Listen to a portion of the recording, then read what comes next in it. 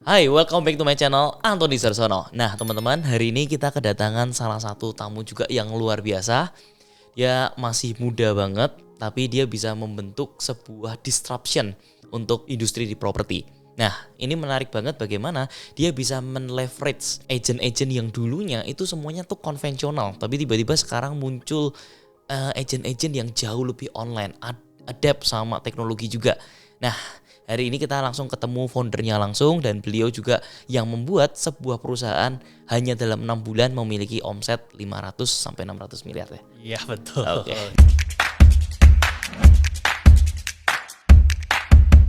Bro Devin, Iya, ini iya. sebenarnya aku belum terlalu lama kenal sama Bro Devin. Kita juga mungkin sebagian belum banyak Bro Devin tuh muncul di sosial media. Nah, kita coba kenalan dulu. Boleh dikenalin bro, backgroundnya apa dan kenapa bisa buat Snapin sampai sekarang ini? Oke ya. Sebelumnya thank you ya buat Bro Anthony udah Yo. di invite ke dalam channelnya. Ya jadi backgroundnya begini. Sekarang gue umur 28 tahun bro. Wow. Jadi gue umur 28 tahun. Gue start di properti itu 10 tahun yang lalu. Umur 18 tahun. 10 tahun 10 tahun yang lalu. Jadi lebih gue lama dari aku. jadi gue benar-benar start di properti itu 10 tahun yang lalu di umur 18 tahun gitu. Jadi benar-benar exactly setelah lulus SMA. Exactly setelah lulus SMA itu gue study properti. Gue sering sharing di beberapa channel edukasinya Snapin. Kalau terjun ke properti itu ada 3. Jadi pertama bisa develop atau jadi developer, bisa jadi investor, bisa juga jadi brokerage. Nah cara paling mudah ya buat anak umur SMA, seusia SMA tanpa modal, tanpa koneksi yang kuat adalah menjadi brokerage gitu atau bahasa umumnya kita sebut dengan agent properti gitu. Oke. Tapi memang gue tahu di luar sana banyak yang memandang sebelah mata profesi ini, profesi agent property gitu. Kenapa? Nah, Bro? karena memang ada stereotip ya, misalkan terlalu hard selling atau enggak terlalu misalkan konvensional. Ayo dong beli, maksudnya kayak cara jualannya Maksa terlalu banget. ya maksa dan lain-lain gitu. Makanya dari pengalaman 10 tahun itu sambil belajar di properti, sambil menjadi brokerage juga, sambil ada develop dan invest di properti juga, gue juga sambil belajar soal tech dan digital gitu, soal tech dan digital. Nah, gue merasa keduanya itu kalau digabungkan itu akan menjadi suatu kolaborasi yang lumayan booming lah, maksudnya lumayan menjadi solusi atau obat di industri properti ini, bro. Gitu. Jadi kita tahu nih ada beberapa stereotip di luar sana, di luar sana kalau anak muda tanpa koneksi yang kuat, tanpa modal mau terjun ke properti dari nol itu susah gitu. Gitu. Terus kita juga tahu lagi di satu sisi ya bro ya, ada beberapa developer atau pemain besar properti mau besar, mau skala kecil atau mau skala nasional itu masih gagal dalam penerapan digital. Bahkan majority-nya gitu, bisa 80-90% pemain besar properti itu gagal dalam penerapan digital. Nah dari dua kondisi ini kan kita tahu kan, kita sebagai anak muda ya kita fasih banget lah sama digital, kita konsumsi digital tiap hari. Tapi sebagai pemain properti ada beberapa yang memang usianya di atas kita ya bro ya. Betul. Mereka tidak fasih dengan digital. Kalau kita gabungkan itu akan menjadi disrupsi di dunia properti. Kenapa? Kita Snapin, gue berpartner juga dengan Bro Bong Chandra sama Bro Ronald, Sally dan juga Hendra. Kenapa kita bikin Snapin gitu? Karena pada awalnya kita lihat gini bro, kita ngeliat ya di jalanan banyak tuh rumah-rumah, properti, ruko, tanah dan lain-lain. Ada tulisan dijual banyak ya gitu ya. Ada brand A, B, C dan lain-lain. Tapi setelah kita ngelewatin jalan itu, kita balik ke rumah, kita buka smartphone kita buka handphone itu, kemana brand A, B, C yang ada dijual itu gitu. Iya. Padahal kan kita sebenarnya ya 90% waktu kita itu kan di dalam smartphone ya. Kita di rumah buka smartphone, kita kerja buka smartphone, kita di airport nungguin buka smartphone. Seharusnya kan exposure digital itu lebih ada bro. Betul. Gitu. Itu jadi memang background awal yang dimana menjadi kita pikir ini kita harus fix problem ini nih di industri properti gitu.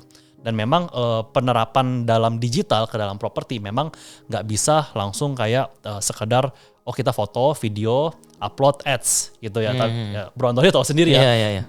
Kenyataannya kalau misalkan kita apalagi mau menjual properti ataupun mempromosikan launching dan lain-lain, itu kenyataan mungkin bisa 9 sampai 10 kali lipat lebih besar dari itu ya bro ya. Iya.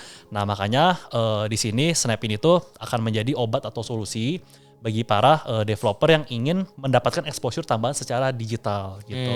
Dan juga di sini Snapin sebagai solusi bagi para anak muda yang ingin terjun ke dunia properti tanpa modal atau modal seadanya, lalu tanpa koneksi, koneksinya disediakan oleh Snapin. Itu bisa terjun ke dunia properti, dan bahkan di properti itu saking banyak leverage-nya, salah satu leverage-nya adalah high GMV rate. Itu kan properti harganya mahal-mahal ya, satu unit aja bisa 500 juta, 1M, 2M. Saking high GMV rate-nya, leverage itu, kita sebagai yang terjun ke dunia properti, nggak punya properti aja, jualin properti orang lain aja bisa dapat income. Iya betul. Gitu. Jadi itu salah satu leverage di dunia properti juga gitu.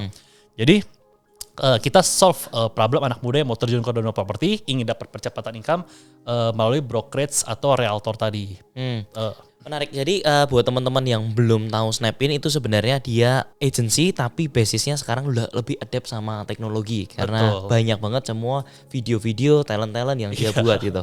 Nah, kalau kita ngomong sebenarnya ngebedain Snapin sama agent yang lain apa sebenarnya? Jadi gini, yang membedakan adalah teknik kita punya penerapan content to commerce. Jadi kita bikin satu namanya media Snapin yang dimana akan menopang Snapin brokerage itu. Ya kita tahu sih, memang kalau sekedar upload foto dan ads ya kita tidak bisa sebut itu sebagai media. Media itu ya lebih kompleks lagi, lebih harus ada sinematografinya, lebih harus ada update trend hijackingnya dan semacamnya. Kita akan men-track semua engagement rate-nya itu. Dan yang membedakannya lagi adalah ini bukan membedakan Snapin dengan brokerage lain, tapi membedakan Snapin dengan pemain digital lainnya juga ya gitu. Saya kasih contoh. Misalkan saya tanya nih ke Bro Antoni atau enggak ke teman-teman penonton YouTube channel ini, siapa di sini yang udah pernah makan McDonald gitu? Semua mungkin angkat tangan atau enggak mungkin ada yang komen saya gitu. Tapi kalau saya tanya pertanyaan kedua, siapa di antara sini semua yang follow Instagramnya McDonald? Mungkin akan kurang dari 50% akan turun tangannya gitu.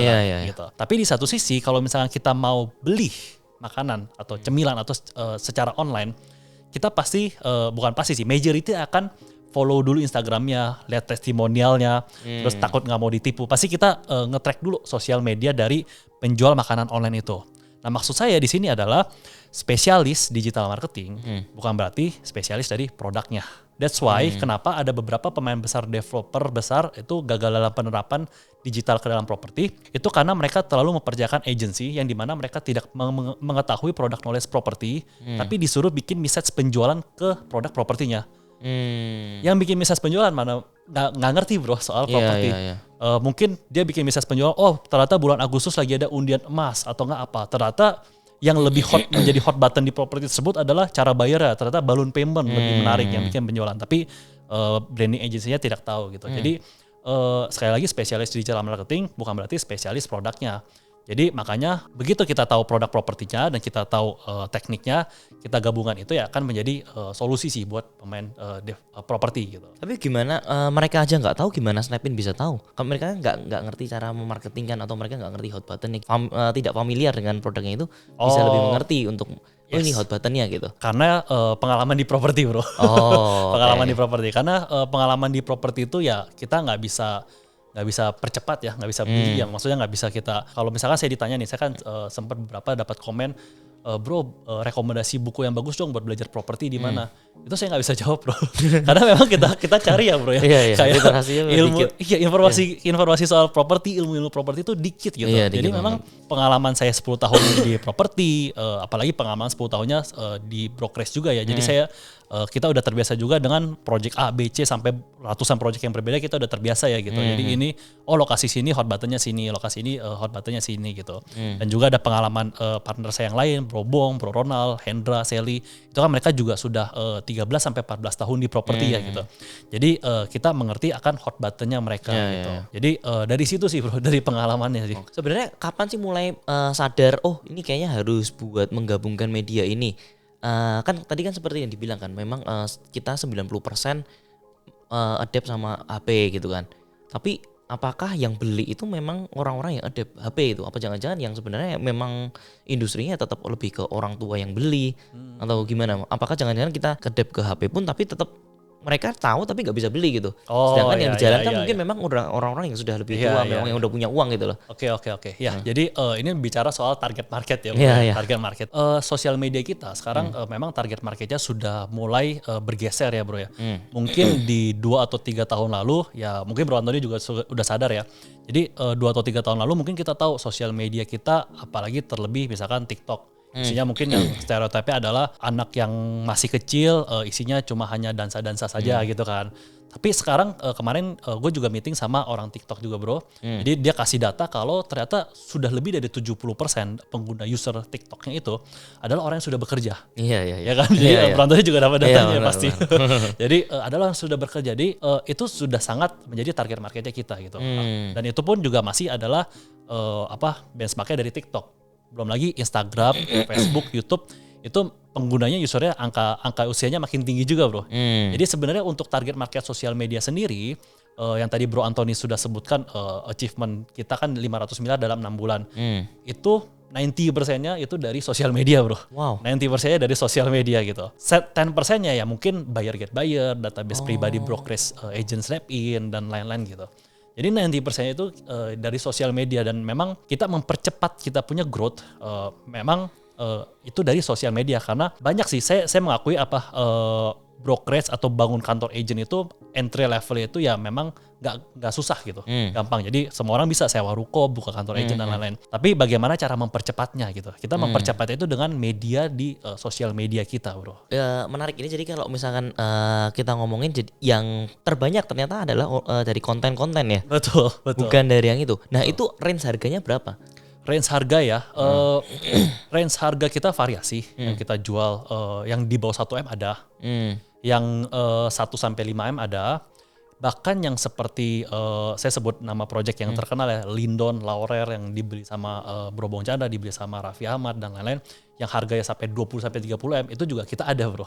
Dari iklan? Dari sosial media juga, dari mungkin dari sosial media mungkin sales funnelnya juga ada yang lebih panjang juga dari sosmed, ketemu di sosmed, kenalan mungkin bisa diperpanjang juga. Tapi ada juga yang dari sosial media yang beberapa follower Snap-in ada yang sudah centang biru juga. Kan saya kepoin tuh follower Snap-in apa aja gitu. Ada yang centang biru juga udah banyak dan mereka DM Snap-in kalau misalkan mereka tertarik dengan konten properti kita.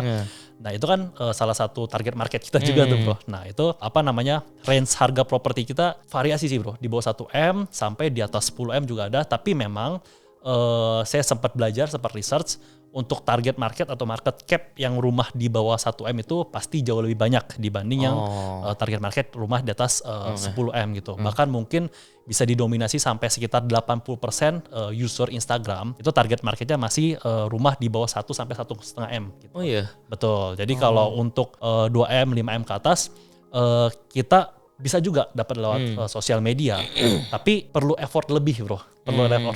Contohnya gini, saya sempat bikin konten properti yang harganya itu sekitar 25M di Jakarta Selatan gitu. Saya pikir begitu saya bikin konten rumah itu saya pikir like-nya bakal dikit. Karena yang biasa like-nya banyak atau di-save banyak orang kan yang rumahnya murah, terus lokasinya memang bisa pakai transportation dan lain-lain gitu kan.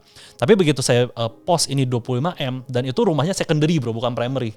Jadi kurang ada iklan untuk menjual sport club dan lain-lain, kurang ada iklannya gitu. Tapi memang rumahnya mewah gitu. 25M saya pikir like-nya bakal dikit. Tapi ternyata like-nya banyak dan save-nya banyak, Bro. Gitu. Saya nggak tahu sih, mungkin memang ada saya anggap itu 20-30% target market yang memang mampu dan memang ingin membeli dream home mereka, atau juga 70%-nya saya anggap itu memang karena eye pleasing, Bro. Eye pleasing jadi benar. Cuci mata gitu. Betul. Jadi ada orang yang memang ada orang yang memang beranggapan saya masih belum bisa beli nih rumahnya, tapi harapannya gitu. Nanti gue mau punya dream home kayak gini, kita save dulu. Itu kan kita sama aja kayak nabur benih, kita nabung di masa mendatang. Para Gen Z dan milenial yang which is target market Snap-in, nanti kedepannya mereka begitu sudah siap atau ready secara budgeting, secara mental, secara action, udah siap buat beli properti, mereka akan tahu di mastermind mereka adalah Snap-in gitu. Agent propertinya yang mana? Yang Snap-in yang begitu mudah gitu. Kalau aku ngeliat juga yang menarik dari Snap-in itu percepatan followers dari Instagram itu luar biasa. Itu aku ngikutin banget dari awal terus bilang, loh kok dalam beberapa bulan bisa sampai ratusan K itu Sedangkan kalau aku ngelihat ya sebenarnya kan juga udah mulai banyak ya orang-orang yang mengikuti. Kenapa kok mereka nggak bisa sekencang Snapin? Apa yang ngebedain? Jawabannya ini sih lebih ke trial dan error. Gue yakin juga Bro Anthony juga kan followernya juga naiknya cepet nih Bro Anthony. Gue yakin juga Bro Anthony pasti setuju. Jawabannya trial and error. Ya kita tahu ya kalau misalkan soal follower, soal percepatan view dan lain-lain, itu kan kita harus trial dan error banyak konten ya. Banyak konten, kita coba konten A, nggak berhasil, kita pindah ke konten B. Kita nggak berhasil, pindah ke konten C. Kita trial dan error sama teman-teman Snapin juga. Kita udah coba banyak banget jenis konten gitu bro. Jadi ada yang carousel sampai 10 slide, ada yang carousel kita coba 5 slide doang, ada yang bahkan cuma satu feeds, satu page doang, ada yang videonya itu kita pakai sinematik, ada juga videonya itu kayak house touring satu kali take tapi dipercepat, ada juga yang sinematik pakai voice over, ada yang voice overnya pakai Google, ada yang voice overnya pakai tim Snapin, ada juga yang videonya itu house touring pakai voice over dan nggak pakai voice over, itu semua udah kita cobain bro. Nah kita lihat kan viewnya yang banyak, yang komennya yang mana yang banyak, secara organik yang bagus yang mana, secara kita ads juga bro, kita Instagram ads, Facebook ads dan Google ads juga, secara ads yang bagus yang mana dan kita pilih. Jadi kita mulai makin lama makin efektif bro. Makin lama makin efektif. Yaudah kita bikin konten ini tujuannya untuk ads karena conversionnya bagus. Biarpun viewernya kurang bagus gitu. Oke, kita bikin konten ini untuk organic growth. Biarpun conversionnya kurang bagus, tapi karena ini tidak kita ads ya upload kan gratis buat kembangin Instagram kita bikin perbanyak ini. Jadi makin lama makin efektif bro. Jadi jawabannya lebih ke trial dan error tapi dalam jumlah yang massive sih, lebih banyak. Oke. Menarik. Jadi kalau misalkan kita ngelihat sebenarnya kan yang ditawarkan tuh adalah media. Tapi kan PR-nya nggak cuman sampai di situ aja. Untuk bisa membuat itu menjadi 500M kan sebenarnya yang paling pusing menurutku bukan di kontennya tapi di agentnya. Agentnya itu yang membuat supaya convertnya gitu. Nah gimana caranya bisa menyamaratakan agent-agent itu? Cepat kan ini, maksudnya kan hanya dalam beberapa bulan bisa achieve segitu kan, berarti pembelajaran dari sana tuh kan luar biasa. Itu gimana caranya? Yes, jadi di tim Snapin, jadi kita memang ada ada BOD kita yang tadi saya sebutin, ada Bro Bong, Bro Ronald, Sally dan Hendra. Kita juga ada dibantu oleh tim principal dan agent manager kita. Jadi kita di dalam tim Snapin, kita ada principal dan agent manager kita. Snapin tersebar dalam 12 cabang di Jabodetabek. Jadi semuanya itu ada principal masing-masing dan ada agent managernya juga. Jadi untuk mendapatkan hasil yang achieve target ataupun stabil dan ataupun yang lebih terukur, principal and agent manager itu yang sudah kita percaya, sudah kita training juga, sudah kita briefing juga, kita percayakan untuk mereka memanage agent-agent yang ingin terjun ke dunia properti atau enggak agent yang sudah berpengalaman, oh saya lebih tertarik ke Snap ini gitu. Saya lebih tertarik ke Snap ini, saya ingin berkarir di Snap ini, atau enggak mungkin anak muda yang belum ada pengalaman properti sama sekali, ingin terjun ke dunia properti, oh saya ingin ke Snapin, itu kita ada tim khusus ya bro, tim principal dan agent manager ya. Kenapa? Karena secara garis besar ya bro ya, kalau di dunia agent, di dunia brokerage, itu mereka ada dua faktor yang paling penting untuk terjun atau untuk ikut ke brand mana gitu. Faktor pertama adalah sudah pasti uang atau materi, komisi gitu. Kalau di sini, kalau di brand A saya nggak menghasilkan komisi atau nggak jualan, saya bakal pindah brand. Pertama uang. Faktor kedua yang gak kalah penting adalah training atau briefingnya, educationnya betul banget bro. Jadi mereka kalau misalkan gak dapet training itu sama saja dengan menghambat mereka punya income. Betul. Contohnya gini, misalkan saya sebut satu proyek namanya Collins ya, Collins Boulevard by Trinity. Misalkan agent Snapin diminta untuk jualan Collins Boulevard. Tapi pasti pada kenyataannya di lapangan ada dong bapak-bapak dan ibu-ibu yang lebih bawel dan pertanyaannya itu tidak terduga. Misalkan Collins ini serah terimanya kapan? Kok mestinya ini jadi ini sih, jadi bulan ini, atau enggak Collins ini saya bandingin sama project ini gimana gitu. Itu kan semuanya by training bro, nggak ada di buku, nggak bisa di Google. Saya nggak bisa Google apa jawaban kalau ditanya Collins dibandingkan dengan project X gitu, kan nggak ada di buku gitu. Nah, yang bisa memberikan jawaban itu adalah leader-leader Snapin, BOD, principal Snapin, agent manager Snapin, dan kita kasih jawabannya itu juga bukan yang menyerang proyek lainnya bro ya, karena kita kan agent menjual semua proyek ya, nggak favoritin yang mana kan.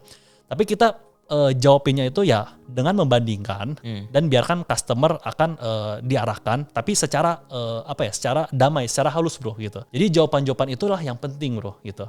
Tapi kalau misalkan beda cerita kalau dia nggak dapet training, dia nggak bisa jawabin customer itu kan artinya kita sebagai pembeli properti juga tahu ya, oh saya nggak mau sama agent ini nih gitu. Iya, nggak ngerti apa-apa. Iya, nggak ngerti apa-apa. Ngapain? Padahal agent kan yang dituntut paling profesional kan. Ditanya soal saluran pipa, ditanya soal legal, ditanya soal perbankan, semua harus bisa tuh. Nah itu pentingnya training bro gitu. Berarti memang ada sesi khusus buat di trainingin supaya mereka itu ya? Yes, sesi khusus dan bahkan rutin bro. Jadi rutin. Jadi di Snapin ini para BOD pun juga akan ikut turun langsung briefing seminggu sekali atau 2 minggu sekali. Turun buat briefing mereka gitu. Khusus dari BOD ke mereka. Tapi untuk principal dan agent manager untuk training mereka itu bahkan bisa hampir setiap hari bro. Kondisi di lapangan beda-beda. Pasti ada aja masalah baru setiap harinya. Kalau nggak ada masalah baru berarti agentnya lagi nggak jualan, nggak cari database, nggak cari pembeli nih gitu kan. Pasti ada aja masalah baru setiap harinya gitu. Jadi trainingnya itu hampir setiap hari sih. Kalau dari principal dan agent manager. Kalau dari BOD kita turun langsung kita seminggu sekali atau 2 minggu sekali. Gitu. Kalau aku lihat juga yang di Snapin rata-rata salesnya itu anak muda ya? Rata-rata anak muda. Anak muda ya? Iya. Kenapa ya? Bukannya kalau anak muda kayaknya lebih sekia gitu biasanya nggak susah jual itu. Iya. Sebenarnya kebetulan sih. Karena mungkin orangnya kasihan. Iya. Faktor kasihan ya bisa juga sih. Gitu. Om beli dong please. Gitu. Cuman ya kita sebenarnya nggak membatasi sih bro. Nggak membatasi. Jadi anak muda boleh masuk, orang tua juga boleh masuk. Kan ada beberapa orang tua sebagai brokerage mungkin dia nggak mengerti soal digital marketing. Dia tinggal saya butuh Snap ini buat dikasih leads atau database aja dah kan gitu kan. Itu bisa kita membatasi sih bro. Cuman ya mungkin salah satu faktornya adalah Snapin itu ya namanya cukup bergema di sosial media ya bro ya. Namanya cukup bergema di sosial media dan sosial media ya di majority oleh anak muda juga gitu. Di satu sisi orang-orang tua yang nggak main sosial media juga bisa masuk ke Snapin ya karena memang di dunia properti bahkan di luar Jabodetabek saya dapat cerita nih dari Bro Ronald, CEO-nya Snapin. Dia lagi gathering ke Medan bro. Dia lagi gathering ke Medan. Terus salah satu customernya itu tanya ke Bro Ronald. Ini Bro Ronald lagi gathering project Trinity ya. Project Trinity. Karena dia bukan bawa nama Snapin gitu. Dia tanya ke Bro Ronald, Pak, dengar-dengar di Jakarta yang lagi booming itu Snapin ya?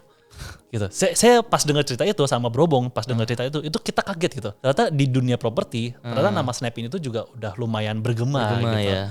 Gitu. Jadi mungkin ada beberapa orang tua yang ikut Snapin mungkin karena memang dia ikut di dunia properti gitu. Tapi kalau anak muda mungkin source of dia punya information dari sosial media gitu. Tapi kalau misalkan ditanya kenapa banyakan anak muda, saya juga nggak tahu bro. itu kita nggak filter. Misalkan ada orang mau masuk Snapin, daftar ikut training, saya nggak bisa larang dia bro. Gitu sih bro. Kalau aku dengar ada di perusahaan di China juga yang agent-agentnya itu fokusnya nyari anak-anak orang kaya. Karena ketika anak-anak orang kaya dia nggak filter tuh mukanya gimana, bentuknya kayak gimana, dia nggak butuh. Yang butuh dia tahu ini anak orang kaya. Ketika dia masuk dia punya om sama tante yang kaya, jadi jualannya gampang gitu. Iya.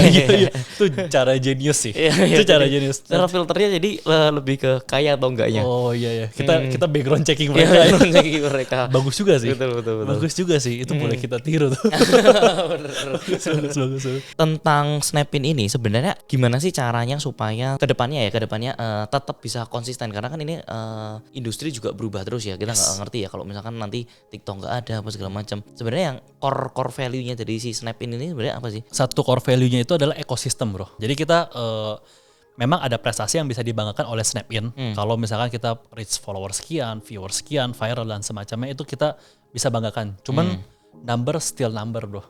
Number still number itu harus kita convert secara offline gitu. Entah dia mau jadi pembeli Snapin, entah dia mau ikut bergabung dalam brokerage Snapin, entah dia mau belajar di Snapin University, menjadi murid Snapin, entah dia mau menjadi komunitas Snapin, itu kita akan convert mereka menjadi satu ekosistem bro.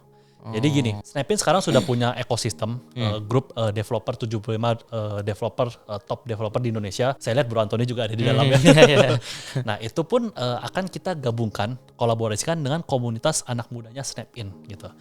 Jadi ekosistem tersebutlah yang akan menjadi inti atau core atau kekuatan dari Snapin gitu. Jadi kedepannya Snapin akan memberikan atau meluncur beberapa fitur-fitur baru gitu. Sekarang kan yang kita tahu adalah Snapin sebagai media dan juga brokerage brokerage. Ya. Tapi di bulan lalu kita melaunch satu namanya Snapin University. Apa itu? Snapin University itu kita adalah 4 weeks intensive course plus 8 weeks internship di Snapin langsung gitu. Jadi buat anak muda yang tadinya nggak tahu nih mau terjun ke properti, bagaimana caranya pengen menguasai lapangan, pengen profesional, ya dia bisa terjun. Tapi sebelum terjun dia akan ada 4 weeks intensive course dengan saya, dengan Bro Bung Chandra, Bro Ronald, Hendra dan Sally, dengan para BOD Snapin gitu. Setelah itu nggak cuma belajar, dia bakal praktek juga. Setelah praktek dia akan menghasilkan juga di Snapin dan juga dia punya akses untuk bekerja sama dengan media Snapin dan juga akses untuk bekerja sama dengan developer-developer di Indonesia. Gitu. Jadi itulah yang kita sebut sebagai ekosistem. Iya. Nah, nanti kedepannya dari situ kita juga berencana membuat satu grup yang namanya Snapin Elite. Snapin Elite itu adalah lulusan dari Snapin University dan juga lulusan brokerage Snapin yang sudah stabil dalam achievementnya mereka akan bergabung dengan Snapin Elite. Mereka akan mendapatkan value-value yang nggak bisa didapatkan di komunitas atau ekosistem atau kantor brokerage yang lain. Contohnya lunch dengan BOD, lunch dengan Bapak Menteri atau Ibu Menteri, lalu lunch dengan beberapa media properti, yang dimana informasi-informasi properti itu langsung turun dari Bapak Ibu Menteri, langsung turun dari developer, langsung turun dari media properti, yang dimana informasi itu mungkin kalau kita cari di Google, di media itu mungkin terbatas ya, nggak ada gitu. Jadi kita akan bikin Snapin Elite untuk memperkuat ekosistemnya Snapin. Itu sebenarnya target awal Snapin di awal sama strategi kita ke depannya sih, Bro. Ya.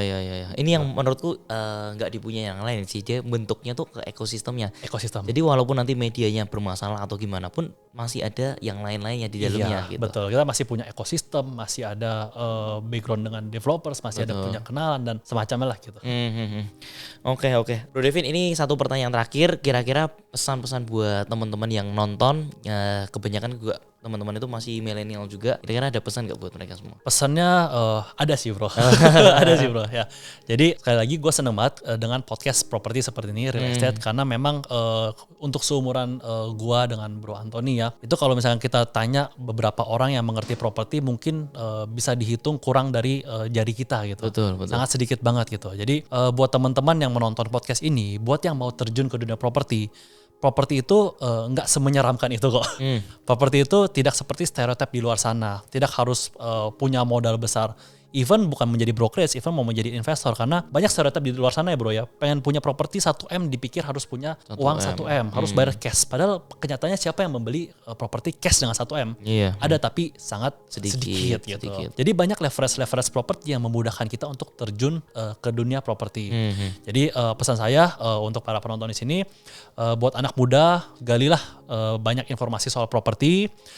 Jangan termakan stereotip di luar sana yang bikin properti itu susah, harus punya modal, koneksi yang kuat, properti itu ya rugi ataupun ada resesi ataupun lebih baik semacam lah gitu. Jadi jangan termakan stereotip itu, dan kalau misalkan sudah dapat informasi untuk menjawab semua stereotip itu dengan data, bukan dengan opini, jangan ragu, harus take action, segeralah terjun ke dunia properti karena leverage-nya itu enak ya, Bro ya. Betul.